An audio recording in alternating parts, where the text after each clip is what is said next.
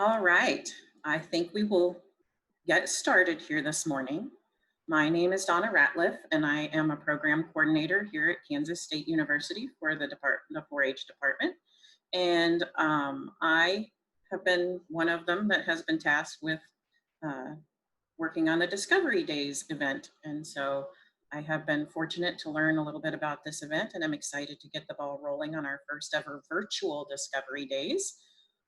We are fortunate enough today to have Jill Brown speaking to us this morning. Jill Brown believes life is too short, work should be fun, and food on a stick is best enjoyed with friends. She specializes in presentations focused on networking and gratitude, which are equal parts learning and laughter. She is currently Director of Career Services at Northwest Missouri State University in Maryville, Missouri. Previously, she worked at external relations at the University of Nebraska in Lincoln. Jill has a bachelor's degree in agricultural journalism and a master's degree in higher education administration, both from Nebraska. Jill and her husband live in Mountain City, Missouri, and have a 14-year-old daughter. I am going to turn it over to Jill now.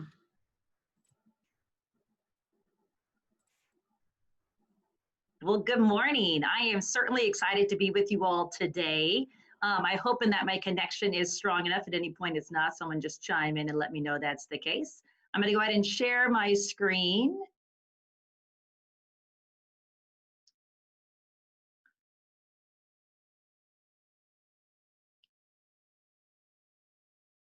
Hopefully you all can see that.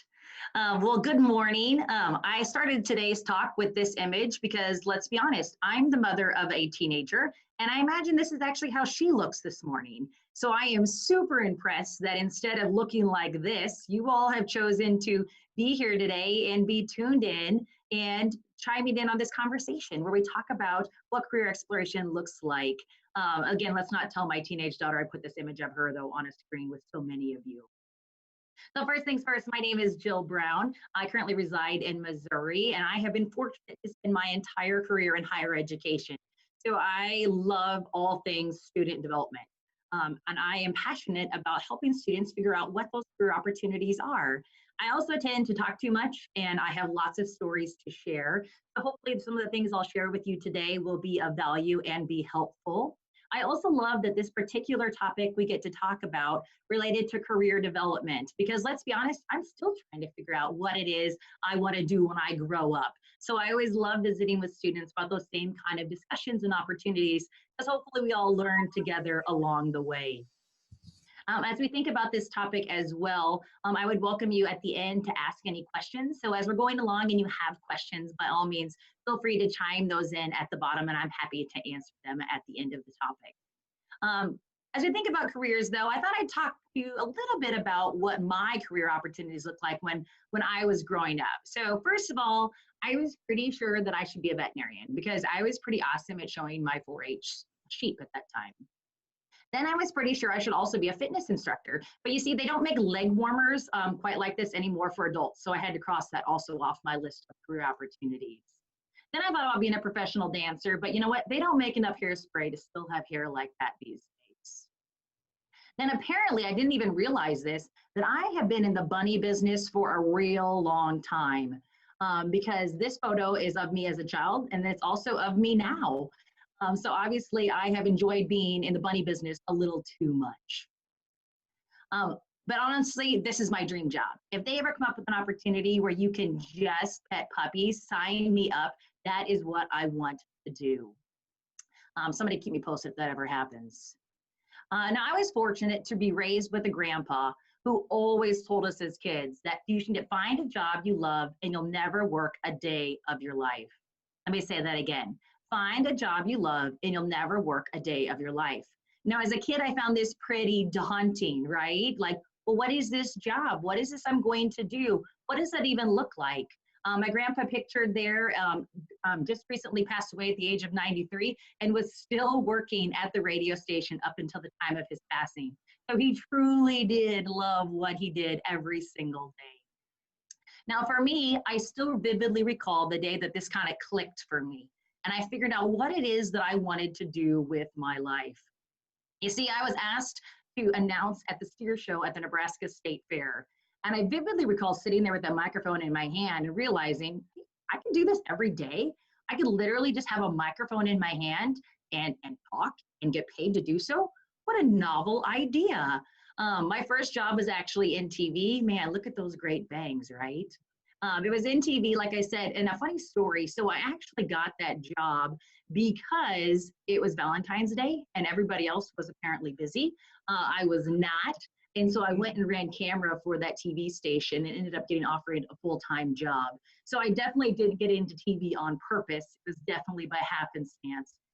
But it's how I've spent my entire life. Not in TV, but I've spent my entire life using my gift of gab, in a sense, to tell agriculture story, tell higher ed story, tell my story to the world. And I got to that situation in that place and time by being very honest with myself about what my skills and abilities are. And that's kind of what I want to talk to you about today. So first things first, I am a big advocate that you should pursue activities that interest you. What are those things that really get you out of bed in the morning, that really get you fired up and make you want to go do things, want to be involved? I think it's really important that those activities interest you, not your friends, not your parents. It have to be something that you personally are passionate about. In my case, like I said, I love to talk, but I also really love plants.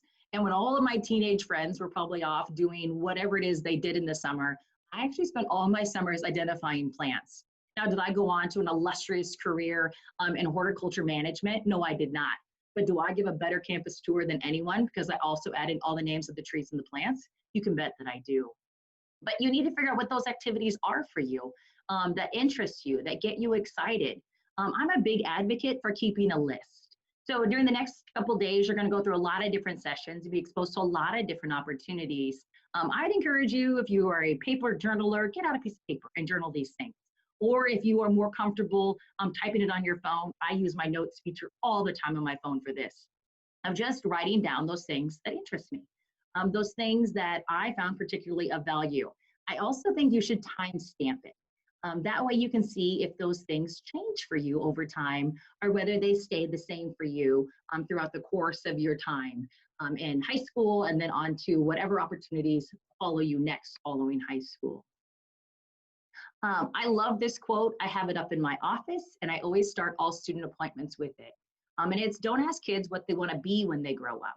Ask them what problems they want to solve. This changes the conversation from who do I want to work for to what do I need to learn in order to be able to do that. I think this is so very important. Do any of us really like answering that question anyhow of what is it I want to be when I grow up? Now, like I said, I still haven't decided what I want to be when I grow up. I want to be a professional state fair food eater if that's an option. But knowing those kind of things about instead what problems you like to solve, what challenges you want to overcome.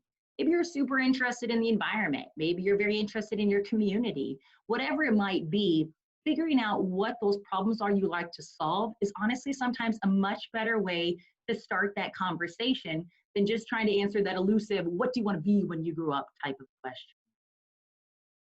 I'd also encourage you to look for the opportunities.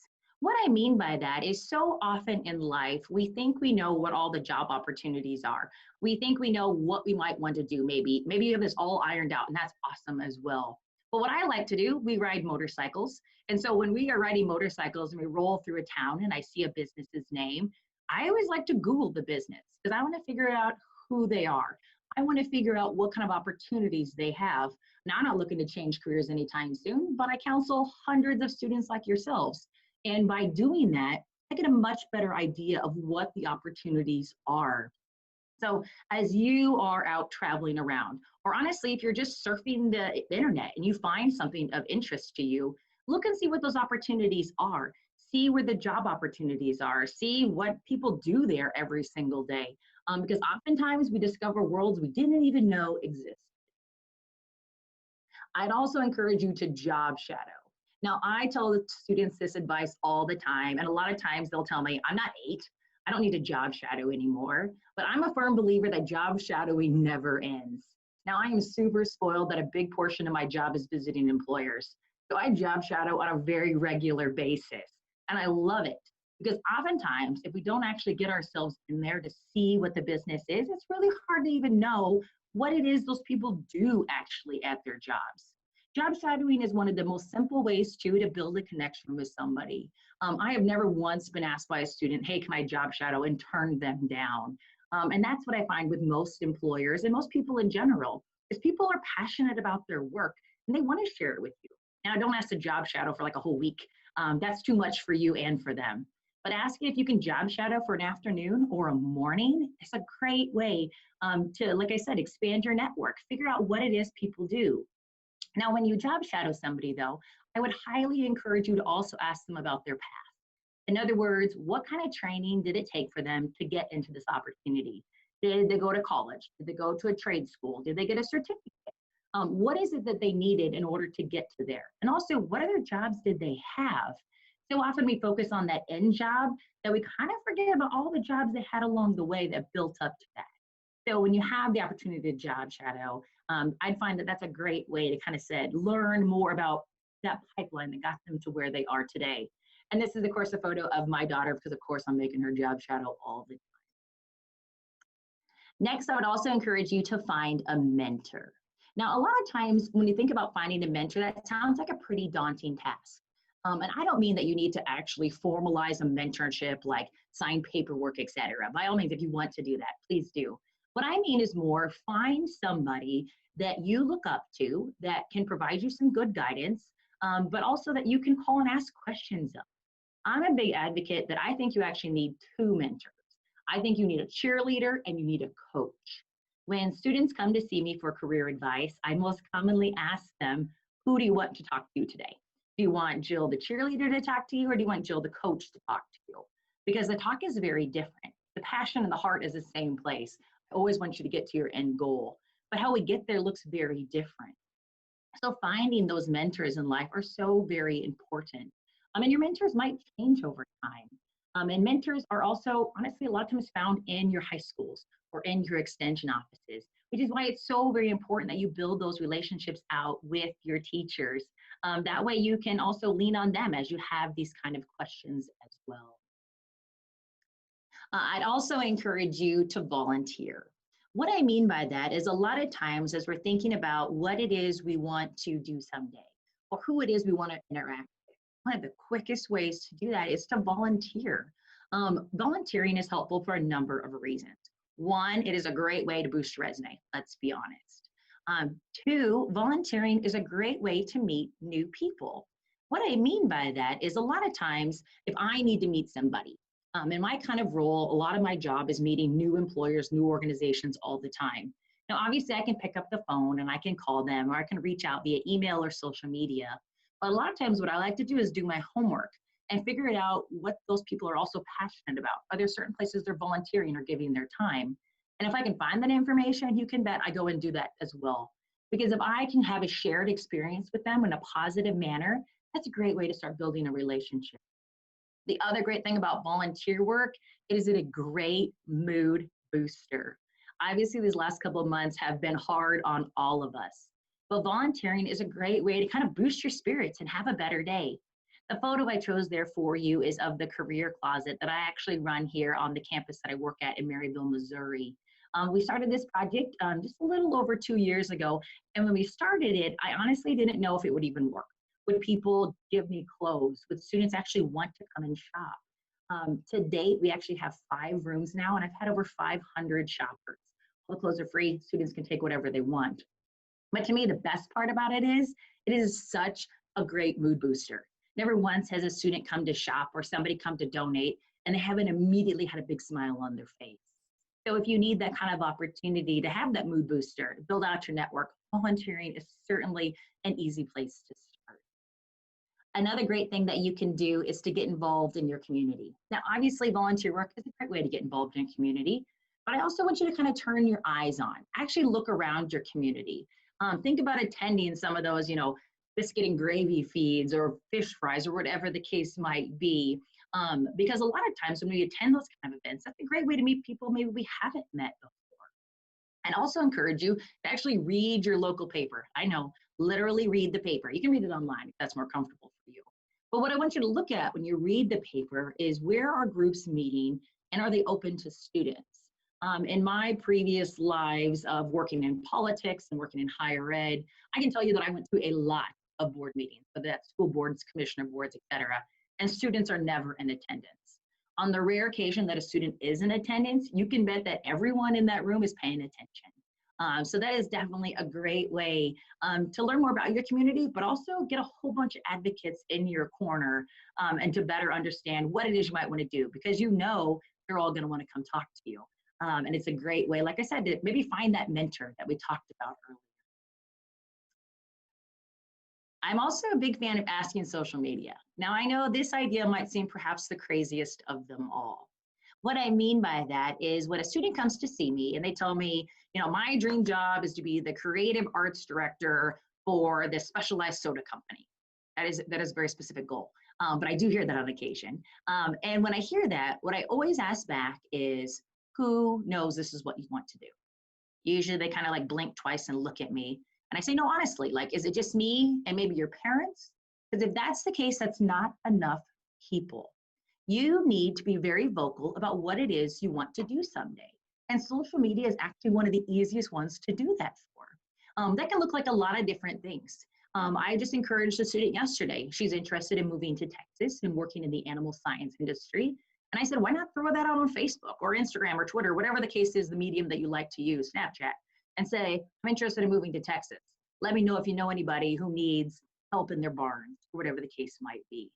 I think you'll be surprised how often people want to be helpful.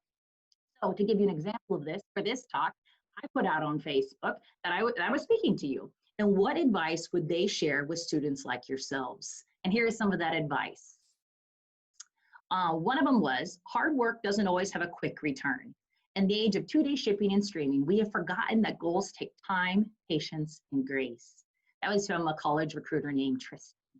And I think that his advice is extremely solid, because so often we would never say, like, I'm going to be fit by Friday.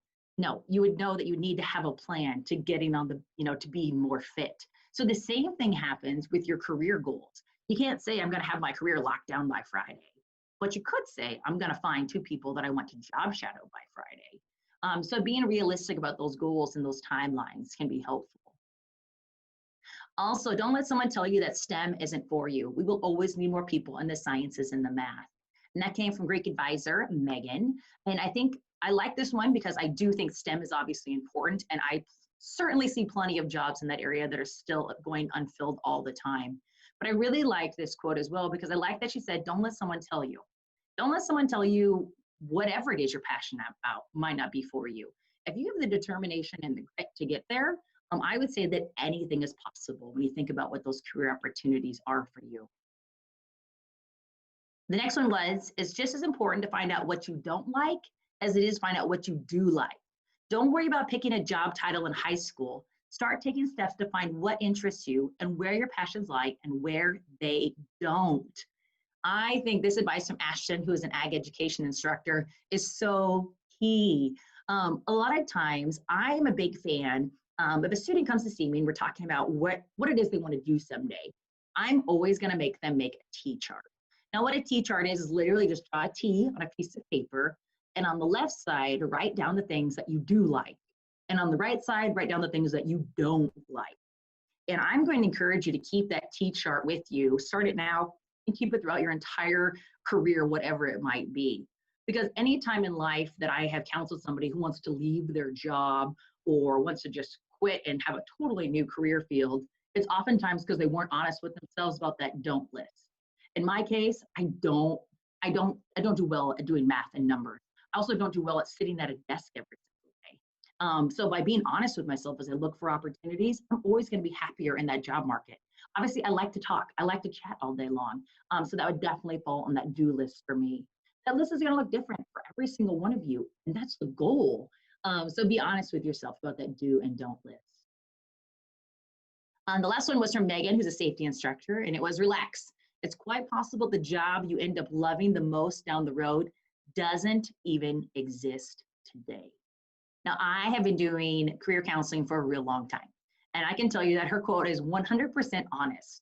It's something like 50 to 60% of the jobs that you all are going to get in the next 5 to 10 years do not even exist right now. I know that's hard to wrap your head around, but it's so incredibly true. And honestly, if you think about the last few months that we've been through, you can imagine that a whole lot of new jobs have been created because of the current situation that we're in. So being mindful of that, not stressing yourself out. I sometimes will joke with students who I can tell are clearly at their wits' end about what they want to do. The next time someone asks you what you want to do, just say, you know what, they haven't invented it yet. They're still working on it. And just see how that shakes out with that conversation. This next section that I want to talk about real quick is things I hope my daughter knows. I called it that because I'm sure all of you always listen to what your parents say and share. But just in case you don't like my daughter, I thought I'd give you a few things that I bet your parents also wish you knew. One, travel. Now, what I mean by that is obviously I'd like for you to see the world. I'd like for you to see multiple states because that's the best way to better understand what those opportunities are. It's actually to immerse yourself. But when I think about travel, I actually think about travel much closer to home. When my family and I recently looked at moving to Missouri, I honestly spent most weekends going in and out of every single shop in the towns around us. And you can imagine I got some peculiar looks at times because I just don't think people do that very often. But it was a great way to get an idea about the culture of the town we go to and about what is of most interest. So I'd highly encourage you to do the same thing. Go in and out, be a good tourist in your town and see what those opportunities might be. Next, I would encourage you to keep a me file. If you're not familiar with the me file concept, what a me file is somewhere that you keep all of the nice notes people send to you, the reports done well, the grades that you did well on. My me file is kept in my office. It's just a bucket and it's full of all of these kind of things. The reason we keep a me file is sometimes this whole conversation can be overwhelming.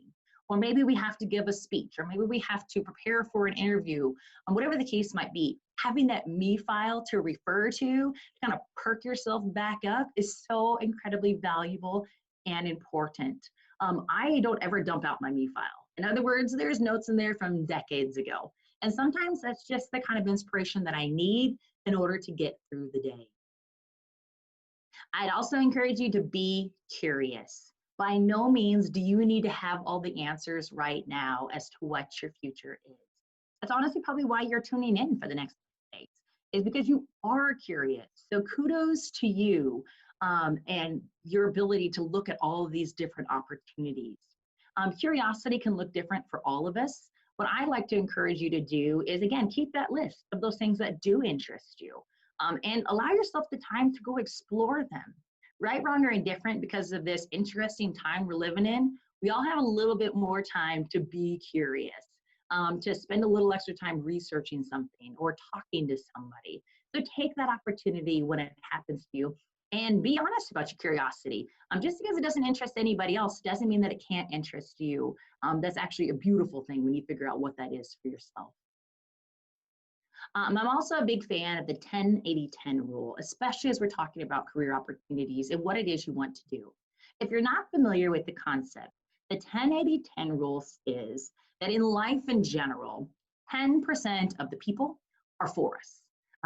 They are your parents, they're me, people that are always going to be passionate about your future and about those opportunities. Then at the converse of that, we also have the 10% who are always negative. Those people who are just never in our corner, or who knows why. Maybe they don't like our stocks. I don't really know. But they're that 10% of people that just always tend to be negative and draw us down. But then there's the 80. There's 80% of the population, or if you're going to an event, 80% of the room maybe, that you don't even know, that don't know you. And a lot of times, if we can focus our brain on the 80, we will see so many more opportunities. In life, it's real easy to let that bottom 10% drag us down and focus all of our attention on them. I've worked really hard to kind of let that 10% go, to not let them occupy my brain space. Now, I start every day by being real thankful for that top 10% who always love me no matter what it is I do. But I really try to focus my energy and my effort on the 80%. The 80% of knowledge I don't have. The 80% of the people I don't know, because that's really where you're going to learn the most. So it's even simple things like when you attend an event, it's really easy to sit with our friends or to avoid people we don't like. But what would it look like if you just sat with somebody you didn't know at all? I mean, that might be the greatest opportunity of your life and you don't even know it yet. And last, I want you to be you. I know it sounds real cliche and you hear it all the time, but I have literally been in the student development business for a real long time. And I know that the people that are the happiest are the people that have figured out what it is important to you. What is it that makes you you? You don't have to be anybody else. You have to be you. But in order to be you, you got to invest the time in figuring out what that is for you. And kudos to you all because you're doing that. You're attending sessions like this, which are so very important. And I'm extremely proud of you that you're taking that opportunity to be you, to know you, to get to figure out what it is you do want to do someday. And with that, I want to give you my information. You are always welcome to reach out to me in any way that I might be helpful to you. On the screen there, you can see I have Twitter, I have Instagram. I also have a website where you can find my contact information. And I just wanted to share that with you because I'm going to open it up now for questions, and you can do your questions in the comment box. I'm going to stop sharing on my screen. But I also wanted you to have those ways to reach out to me. That way, in case you feel more comfortable reaching out via any of those mediums, just know that I'm happy to help. I kind of see myself as a Macy's model of higher education. And what I mean by that is I'm always going to be an advocate for students. So no matter what it is you might be thinking next, there's a good chance that I probably know somebody somewhere that might be able to help you out with those opportunities because of the fact that I do travel a lot and do know a lot of people. And with that, like I said, I'm going to stop share and then allow you, if you have any questions, you can either put those down into that chat box, might be easiest. But happy to answer any questions that you might have about anything that I shared or tips or tricks or anything along those lines.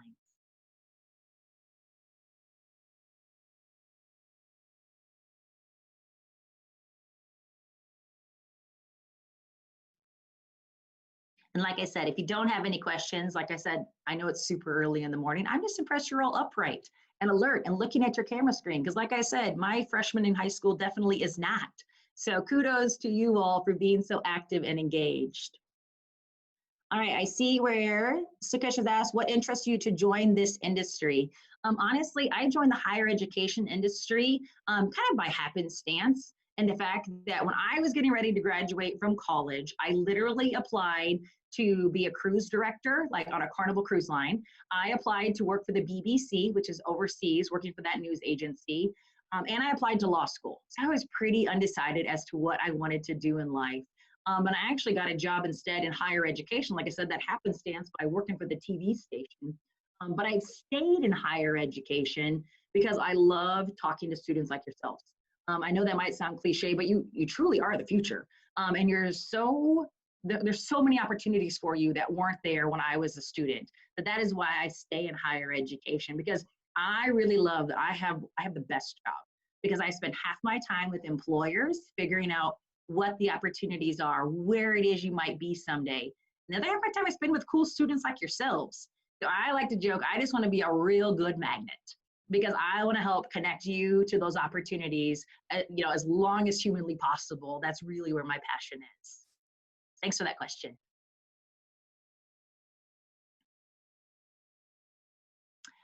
Keely asks, what is a favorite part of your job? I would honestly say for me, the best part about my job is because I spend so much time with students, helping them find their job after college. That's really where I spend a lot of my time. But the best part of my job is usually I am like top of the list of hearing when they get that great opportunity. So we just had graduation here 2 weeks ago. So my phone all day yesterday was students texting me, hey, I got this job here. Hey, I got this opportunity here. I feel super spoiled that that's what I get to do every single day for my job. What's the number one thing you would suggest high school students should do before they graduate? And that was Shelby. Shelby, I would say the number one thing that students should do is get involved in something, anything at all. And that can look different for all of you. So maybe you're super interested in sports. Maybe you like cheerleading. Maybe like me, you like to talk and you want to give speeches. Whatever it is, just become passionate about something. I recently started helping our esports club on campus fundraise for a new room that they're building. I know nothing about the gaming industry, but hanging out with those students for any period of time, I realized how incredibly passionate they are about it, and that rubs off on me. So whatever that is for you right now, just get passionate about something, anything at all, because no matter what field you're going into, that passion is what most employers are looking for. All right, Alyssa said, what is a good age to shadow a nurse? And that is a good question because of a lot of HIPAA guidance and so forth, which are those rules about going to the hospital. Sometimes those things are a little bit harder, but I would encourage you right now to just reach out to any nurses that you might know and ask them that question, because it honestly might depend on where they're working or what their nurse capacity looks like. If they're a nurse at a care center, you might be able to shadow earlier compared to if they're a nurse like in an emergency room, things along those lines. All right, next one is, Kaylee, was there anyone who stopped or tried to discourage your dream? Oh gosh, right? Isn't that always the case? I remember vividly, I wanted to be a veterinarian. I showed you that picture earlier of me with the sheep. Like I was adamant. I loved Doc Unwin and Doc Hartwell, who are my veterinarians growing up, and I wanted to be them. Now, my father, who knew my abilities a bit better than I did, sent me to job shadow them for a good chunk of time. And my dad was right. As much fun as I had job shadowing them, that was not where my passion lies, because you can't talk a horse to be better. You actually have to know what's wrong with that horse. So I would say that not necessarily discouraged me, but helped kind of set me down a better path. All right, and Pat, did you say earlier your grandfather worked at age 103? That is great. It's your inspiration, your career. He actually lived in 93, but man, that would have been amazing if he lived 103.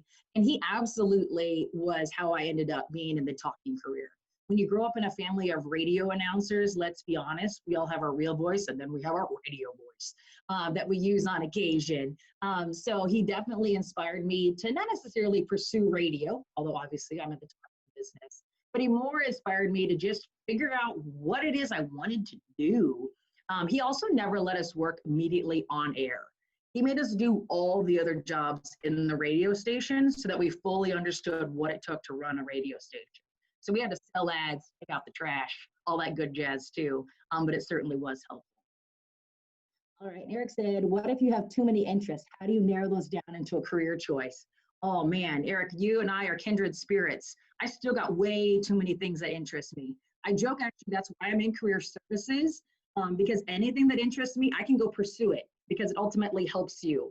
So I mean, I've toured the Corvette plant, I've toured Kawasaki, I've toured all kinds of different industries because so many things interest me. But what I would tell you is that you can do the same thing.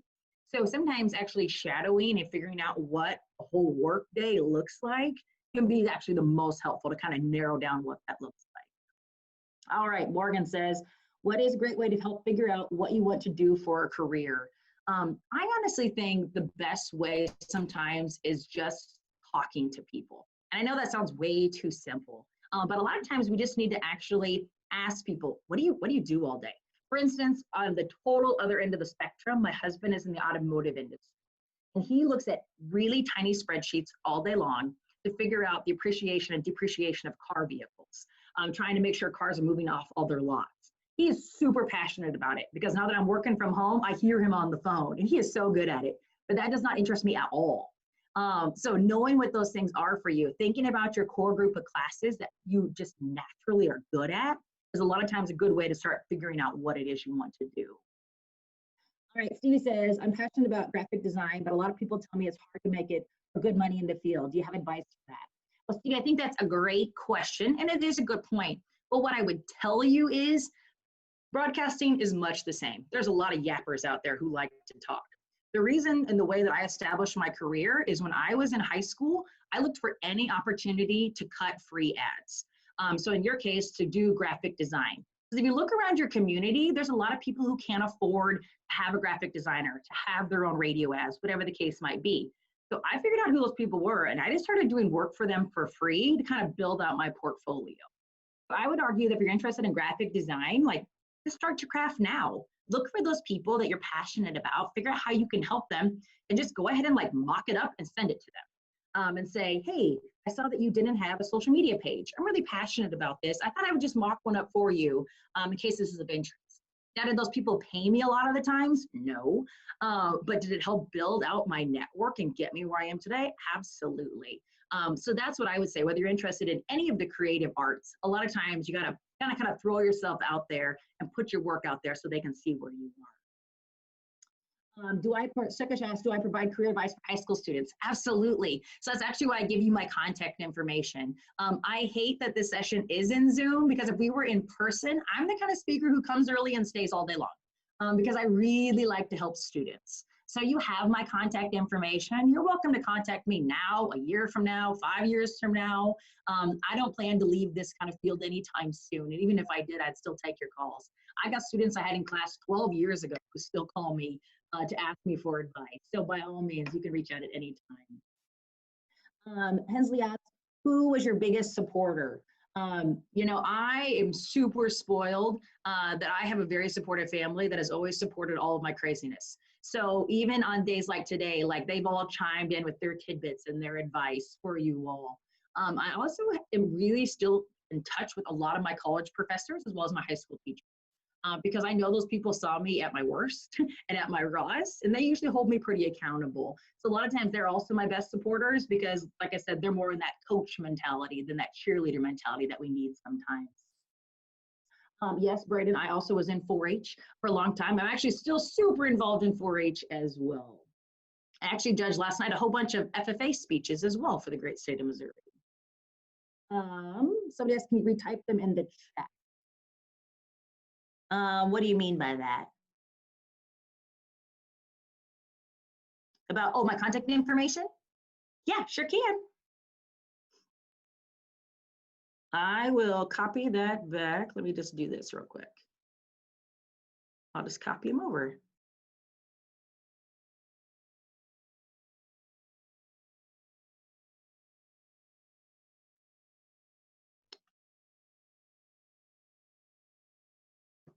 All right, those are great questions. Any other questions? Because I know we're closing in on our time together as well.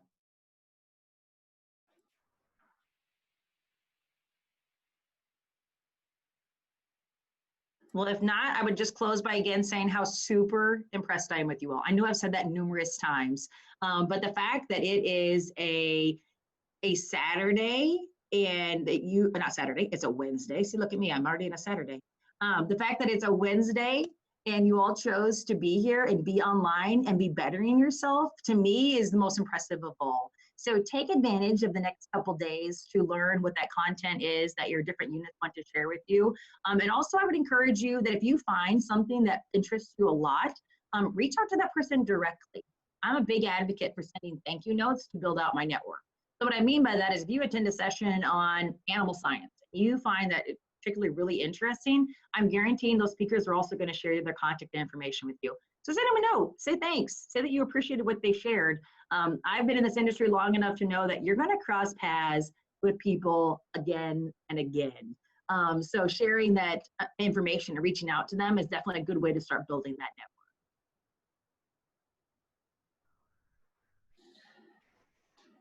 We will get Jill's information and post that with this video when we post it on our website. So if you don't get her information right now, you should be able to find it on our website, hopefully by tomorrow morning. Also, we just want to thank you, Jill, so much for taking your time and spending time with us this morning. Your information has been invaluable. We appreciate you taking your time out and visiting with us today. Thank you very much for being here. And I do have just 1 or 2 announcements. I want to make sure that all those that are on the meeting this morning realize that our next sessions start at 9. If you signed up for session 1, they start at 9. Someone had an email that said it started at 10, and I just want to verify these first sessions start at 9. So please check your links if you have a first session class. They start at 9. Thank you again, Jill, and we appreciate everything you've shared with us today. And we appreciate working with you and hope to stay in contact. Sounds great. Have a great day, everybody.